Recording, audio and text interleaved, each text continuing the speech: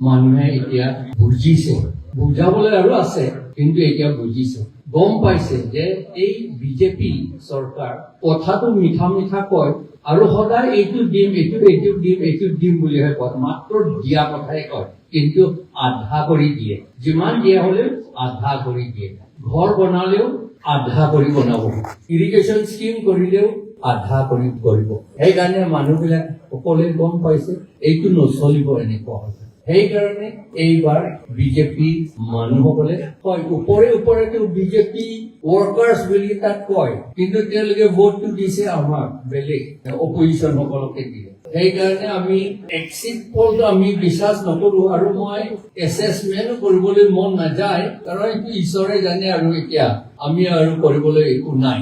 সেইকাৰণে আমি আশা কৰো যে এইবাৰ আমি জিকিমেই আৰু আমাৰ চৰকাৰ আমাৰ নিজৰ চৰকাৰহে হ'ব।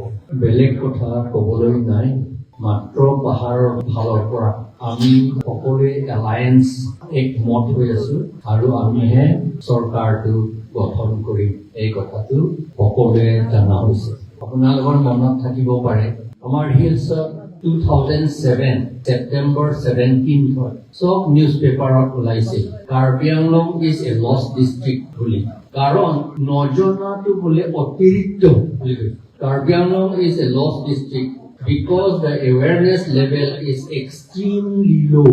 অসমীয়াত ক'লে অতিৰিক্ত নাজানে, ইলেকশ্যন বুলি কথা অৰ্থ নাজানে, ডেমক্ৰেচিটো পিছৰ কথা সেইটো একেবাৰেই নাজানে। ইলেকশ্যন যেতিয়া ভোট দিব আমাক সহায় কৰে বুলি ভাবে, আপোনাক সহায় কৰিছো আমি কলো নহয়, আপোনালোকে নিজকেহে সহায় কৰিছে ভোট দিয়াৰ।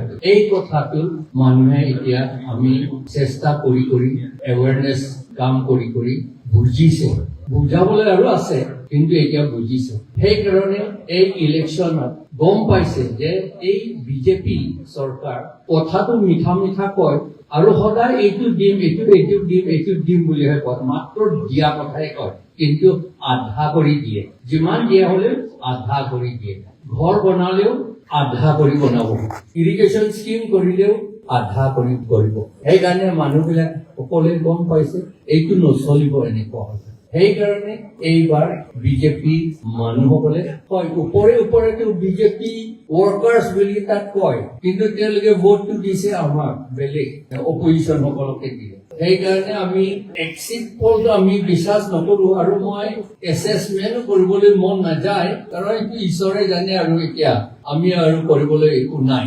সেইকাৰণে আমি আশা কৰো যে এইবাৰ আমি জিকিমেই আমাৰ নিজৰ চৰকাৰহে হ'ব।